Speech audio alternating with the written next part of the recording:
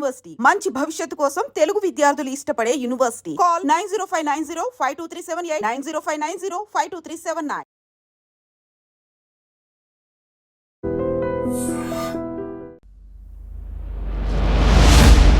విశ్వ నియమాల్లో ఒక్కటైన సీక్రెట్ మేనిఫెస్టేషను గట్టిగా సంకల్పించుకుంటే నువ్వు అనుకున్నది జరుగుతుంది అని నమ్మే ఒక చిన్న సూత్రం మాత్రమే తెలుసు. అంతా తెలుసు అనుకునే మనం శాస్త్రవేత్తలు కానీ ఆధ్యాత్మికవేత్తలకు కానీ ప్రతి వాళ్లకు కనిపించని ఇంకొక సీక్రెట్ ఉండింది. అవే విశ్వ నియమాలు. ఏదైతే జపిస్తారో అదే బీజాక్షరంగా, అదే మీకు లైఫ్గా మిగులుతుంది. మన సబ్ కాన్షియస్ మైండ్ అనేది ఇక్కడ ఒక ఎనర్జీ పాయింట్ ఉంది. ఈ ఎపిసోడ్ చూస్తేనే సెకండ్ ఎపిసోడ్కి పబ్లిక్ అర్థమవుతుంది. ఆదిత్యాయ చ సోమాయ మంగళాయ బుధాయ చ గురు శుక్ర శనిభ్యస్త రాఘవే కేతువే నమః అంటే మన బాడీలో ఉండే ప్రతి పార్ట్ని అనలైజ్ చేసుకున్నాం అంతే. ఇప్పుడు నీ కర్మ బాగలేదు, పాపకర్మ ఉంది అని అంటున్నాం కదా. ఇప్పుడు దీనికి ఎనర్జీ, దీనికి లోడ్ ఎక్కువైతే నువ్వు డిలీట్ చెయ్యి అంటున్నావు కదా. అలాగే మనలో కూడా కొంత ఓన్లీ నెగిటివ్ థింగ్స్ కే అవుతుందా? లేదు, మంచి చెడు రెండు ఉంటాయన్నమాట. ఆ నెగిటివ్ థాట్ ఎలా ఉందో ఆ నెగిటివ్ విశ్వంలో వచ్చినప్పుడు సేమ్ అది జరుగుతుంది. అలా పాజిటివ్ థాట్ సపోజ్ ఒక 100 వచ్చాయి, నెగిటివ్ థాట్ ఒకటే వచ్చింది, ఆ ఒకటే ఎందుకు జరుగుతుంది?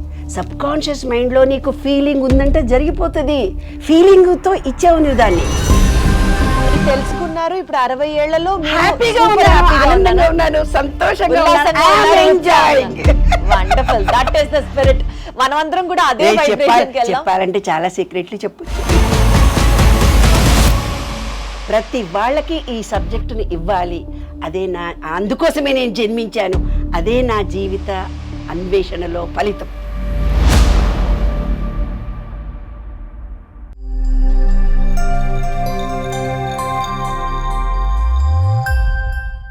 అసలు ఎప్పుడైనా వాటి గురించి ఆలోచించారా? అవి ఉన్నాయని గుర్తించారా? దేని గురించి? అవే విశ్వ నియమాలు. మనం ఒక విషయం అనుకుంటాం, ఒక పని జరుగుతుంది, దాని తర్వాత ఫాలోయింగ్గా ఆ సిరీస్ ఆఫ్ యాక్టివిటీస్ జరుగుతాయి. ఇవంతా మనం అనుకున్నట్టే జరిగిపోతాయా? ఇవంతా వాటంతట అవే జరిగిపోతాయా? కాదు. విశ్వంలో కొన్ని నియమాలు మనకి తెలియకుండా వాటి మీద పని చేస్తూ ఉంటాయి కాబట్టి అలా జరుగుతాయి. విజయం కానీ, విక్టరీ గెలుపు కానీ, లేకపోతే ఏదన్నా ఒక సక్సెస్ఫుల్ యాక్టివిటీ కానీ, ఇవన్నీ అలా అలైన్ అయ్యి జరగాలంటే మన జీవితంలో కొన్ని అంతర్ముఖమైన నియమాల వల్లే అది సాధ్యమవుతుంది. ఈ నియమాలే విశ్వ నియమాలు. నేను ఇంకొంచెం కాంప్లికేటెడ్గా చెప్పుండొచ్చు, కానీ దీన్ని ఈజీ చేసి లైఫ్లో ఏ ప్రాబ్లం ఉన్నా సరే విశ్వ నియమాలని పాటిస్తే ఆ ప్రాబ్లంని ఇట్టే దూరం చేసుకోవచ్చు అని చెప్పడానికి, అసలు ఈ విశ్వ నియమాలంటే ఏంటి, ఈ విశ్వం ఏ నియమాల మీద పనిచేస్తుంది, వీటి గురించి ఇంకాస్త డీటెయిల్డ్గా చెప్పడానికి నాతో పాటు ఉన్నారు లక్కరాజు నిర్మలమ్మ ఉన్నారు. ఒకసారి ఆవిడతో మాట్లాడదాం. అమ్మా నమస్తే. నమస్తే. ఎలా ఉన్నారు? ఫైన్. నాకు కూడా చాలా సంతోషంగా ఉంది మీతో ఈ టాపిక్ డిస్కస్ చేయడం. ఇన్ఫ్యాక్ట్ నాకు చాలా చాలా చాలా ఇంట్రెస్టింగ్ సబ్జెక్ట్ ఇది. ఒక్కటే తెలుసు, విశ్వ నియమాలు అని మీ ముందు వచ్చి ఈరోజు ఇలా మాట్లాడే ముందు విశ్వ నియమాల్లో ఒక్కటైన సీక్రెట్ మేనిఫెస్టేషను గట్టిగా సంకల్పించుకుంటే నువ్వు అనుకున్నది జరుగుతుంది అని నమ్మే ఒక చిన్న సూత్రం మాత్రమే తెలుసు. మీ ద్వారా ఇవాళ ఈ జర్నీ స్టార్ట్ చేయబోతున్నాము. నేను, నాతో పాటు మా ఆడియన్స్తో పాటు నేర్చుకునే వాళ్ళలో నేను కూడా ఉన్నాను. ఇవాళ క్వశ్చన్స్ అడుగుతున్నానే కానీ మీరు చెప్పే ప్రతి అంశం అట్లా బాణం లాగా దిగిపోతుందని అనుకుంటున్నాను. అమ్మ, అసలు టు స్టార్ట్ విత్ ముందుగా అసలు చెప్పండి, అసలు విశ్వ నియమాలు అంటే ఏంటి, వీటి గురించి మాట్లాడాలి అన్న తపన తాపత్రయం, ఆ రీసెర్చ్ చేయడం, ఇవన్నీ మీకు ఎలా స్టార్ట్ అయ్యాయి? అక్కడి నుంచే వద్దాం. ఓకే, విశ్వ నియమాలు 12 చెప్పడం చాలా ఈజీ నాన్న. మామూలుగా ఇప్పుడే చెప్పేయచ్చు, దాంతో పెద్ద ఇబ్బంది ఏమీ లేదు. కానీ అసలు విశ్వ నియమాలు అనేవి ఎందుకు, అసలు విశ్వ నియమాల్లో ఏముంది అనేది కూడా మనకు రావాలి కదా. దానికి నా అనుభవాలను జోడించి నేను చెబుతూ వెళ్తున్నాను నాన్న. ప్రతి వాళ్లకు లాగానే నాకు కూడాను చాలా అనుభవాలు జరిగాయి. ఆ అనుభవాల్లో నాకు నేనంటే ఏమిటి, ఇది కాదు జీవితం, నేనెందుకు పుట్టాను అని ప్రతి వాళ్ళకి ఒక ఏజ్ తర్వాత, కొంచెం మెచ్యూరిటీ తర్వాత ఒక అనుభవం వస్తుంది. వచ్చినప్పుడు మాత్రమే అసలు నేనంటే ఏమిటి, నేను ఎందుకో స్పెషల్గా పుట్టాను అన్న ఆలోచన కలుగుతుంది. కలిగినప్పుడు ఆధ్యాత్మిక వైపు మనుషులు మళ్ళుతారు. అది నాకు చాలా చిన్న వయసులో జరిగింది. ఎందుకు జరిగింది అని అంటే, మా అమ్మమ్మ చక్కగా పద్యాలు పాడుతూ ఉండేది. పద్యాలు పాటలు పాడుతూ ఉంటే ముసలిదాన్న ఎందుకే ఊరికే పాటలు పాడతావు, డిస్టర్బ్ చేస్తావు అనేవాళ్ళు. ఆమె వేమన పద్యాలు, సుమతి శతకం పద్యాలు పాడేది. పాడుతుంటే మాకంతా పుస్తక అభిమానులం మేము. అంటే పూర్వకాలం ఇల్లు కదా, మేమంతా కదా, ఒక రూమ్ నిండా పుస్తకాలు ఉన్నాయి. మా నాన్నగారికి పుస్తకాలు అంటే చాలా ఇష్టం. నా 10th క్లాస్లోనే అస్ట్రాలజీ నేర్చుకున్నాను, పొమరాలజీ నేర్చుకున్నాను, న్యూమరాలజీ కూడా నేర్చుకున్నాను. అప్పటికే నేను కవిత్వం రాశాను. సాహిత్య అకాడమీ వాళ్ళు నా పుస్తకాలు ప్రింట్ చేశారు. సరస్వతి కటాక్షం. అది యాదృష్టికి మా అమ్మ అనేది.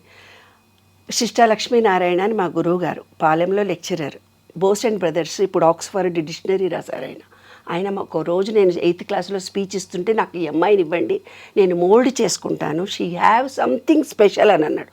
మా అమ్మ చెప్పుడు తీసుకొని కొట్టేళ్ళగొట్టింది.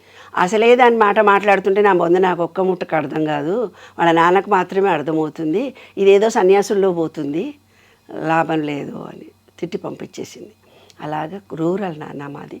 చిరజీయర్ స్వామి లాంటి వాళ్ళు మన ఆశ్రమ మహబూబ్ నగర్కి వచ్చి భగవద్గీతలు చెప్పేవాళ్ళు. అప్పుడు మేమంతా వెళ్ళి వినేవాళ్ళం. ఆ వింటూ కూర్చున్నప్పుడు సమశ్రీణాలని చేస్తారు, వాతలు పెడతారు, తెలుసు కదా. అతి శ్రీ వైష్ణవ సాంప్రదాయంలో వాళ్ళు వంటలు చేస్తే అందరికీ పనికొస్తుంది. రైట్. అలా పనికొచ్చే దాంట్లో ఆయన ఏదో వేదాంతము, జ్ఞానం అనేది ఒక దీపము, దీపాన్ని వెలిగించండి, జ్ఞానజ్యోతిని పొందండి అని చెప్తే ఒకటే అడిగిన ఆయన, దివ్య చుట్టూ వలయంగా చీకటి అలాగే ఉంది, దివ్య చుట్టూ వలయంగా చీకటి అలాగే ఉంది, దానిలో వెలుగు నింప ఎవరికి సాధ్యం అని. ఏంటే మీ అమ్మ ఇంత గొప్ప కవిత్వం చెప్పేస్తోంది, ఇది భగవత్ శక్తితో పుట్టింది, దీని జన్మకి సార్థకత ఉంది, ఇది చాలా గొప్పది కమలమ్మ అని అన్నాడు మా అమ్మకి. నన్ను దగ్గర చేర్చుకొని ఆశీర్వదించారు ఆయన. అది ఏదో మామూలుగా అనుకున్నానంతే. దివ్య చుట్టూ వలయంగా చీకటి ఎలాగే ఉందంటే, మా అప్పుడు క్యాండిల్స్ పెట్టుకొని చదువుకునేవాళ్ళం నాన్న. జ్ఞానజ్యోతి అనగా వెలిగిస్తే మరి చుట్టూ కూడా చీకటి ఉంది కదా, దాన్ని ఎవరు తొలగిస్తారు? ఇవాళ మనకి ఇంత విశ్వంలో భగవద్గీత, ఆధ్యాత్మికత, వేదాలు, శాస్త్రాలు ఇన్నీ ఉన్నాయి, అయినా తెలియనితనం మనకెంతో ఉంది. కోటాను కోట్ల సబ్జెక్ట్ ఉంది. దాంట్లో ఏదైతే జ్ఞానం ఉందో ఆ జ్ఞానాన్ని భగవత్ కృప వల్ల నాకు లభించింది అనుకుంటున్నాను. అంటే అంతా తెలుసు అనుకునే మనం శాస్త్రవేత్తలు కానీ ఆధ్యాత్మికవేత్తలకు కానీ ప్రతి వాళ్లకు కనిపించని ఇంకొక సీక్రెట్ ఉండింది. అవే విశ్వ నియమాలు. అవి నాకు భగవత్కృప వల్ల నాకు లభించాయి, నా అనుభవం ద్వారా లభించాయి. 14 ఏళ్ల కృషి నాన్న ఇది. ఈ సబ్జెక్ట్ అంత తొందరగా రాలేదు. నా అనుభవాలను జోడించి నేను ఇప్పుడు చెప్తున్నాను కాబట్టి ఇంత లక్షల మంది, వేల మంది, కోట్ల మంది ఇది కావాలి సబ్జెక్ట్ చెప్పండి చెప్పండి చెప్పండి అని ఆతురత పడుతున్నా. ఏంటమ్మా ఈ సబ్జెక్ట్ పరంగా ఇప్పుడు మాట్లాడితే విశ్వ నియమాలు అంటే ఇప్పుడు మనం నిజ జీవితంలో మనం అనుభవిస్తున్నవి ఏవైతే ఉన్నాయో అంతా రాంగ్ పద్ధతుల్లో చేస్తున్నాం. అసలైన సబ్జెక్టు మన దగ్గర లేదు. ఎగ్జాంపుల్ చెప్పండి, ఏం తప్పుగా చేస్తుంది చెప్తాను. ఏమైందంటే మన దగ్గర ఉండే వేదాల్లో ఉండే సబ్జెక్ట్ అంతా యుఎస్ వాళ్ళు తీసుకెళ్ళిపోయారు నాన్న. కొంత సబ్జెక్టుని తీసుకెళ్ళిపోయి వాళ్ళ శాస్త్రంలో ఉంది నాన్న ఇది, మన శాస్త్రంలో ఇవి లేవు. అసలైన సబ్జెక్ట్ ఇది కాబట్టి ఇవి లేకుండా మనం తప్పుదారిలో వెళ్తున్నాం. ఇప్పుడు ఒక చిన్న విషయం ఉంది. పిల్లలు ఉన్నారు, పిల్లలు పుట్టగానే ఏం చేస్తామో ఏమో, వీడు బాగుపడతాడో లేదో, కడుపుతో ఉండగానే ఫస్ట్ థాట్స్ కంటానో లేదో, అబార్షన్ అవుతుందో ఏమో, పిల్లలు పుడితే అంగవైకల్యం పిల్లలు పుడతారో ఏమో, పుట్టగానే నా పిల్లకు మాటలు వస్తాయో రావో, ఏవో చూస్తుంటాం పిచ్చి పిచ్చివన్నీ నమ్మకాలు, విశ్వాసాలు. కొన్ని నమ్మకాలు, కొన్ని విశ్వాసాలు మనలో ఏర్పడి ఆ పిల్లలు పుట్ట కింద పడతావురా అంటావు, దయ్యం వచ్చిందిరా అంటావు, నిన్ను ఆ దవాఖానకు తీసుకుపోవాలరా. అరే నీ ఎంకమ్మ, ఒక్కటన్నా వాడి జీవితంలో పుట్టి పెరిగి 12 years లోపల వాటికి సబ్కాన్షియస్ మైండ్ పెరుగుతుందనమాట. 12 years లోపలనే అవే అనుభవాలు వాడి జీవితం అవుతాయి. నువ్వు కింద పడతావురా అంటివి, దవాఖానకు పోతావురా అంటివి, నువ్వు తెలివిలోనోడు అంటివి, వాడు పక్కోడు నేను ఎక్కిరిస్తాడురా అంటివి, నువ్వు చెడ్డి నిప్పుకున్నావు. వాడికి ప్రతి నెగటివ్ ఇచ్చినాము. వాడి జీవితంలో ఎలా ఎదుగుతాడు నాన్న? రైట్.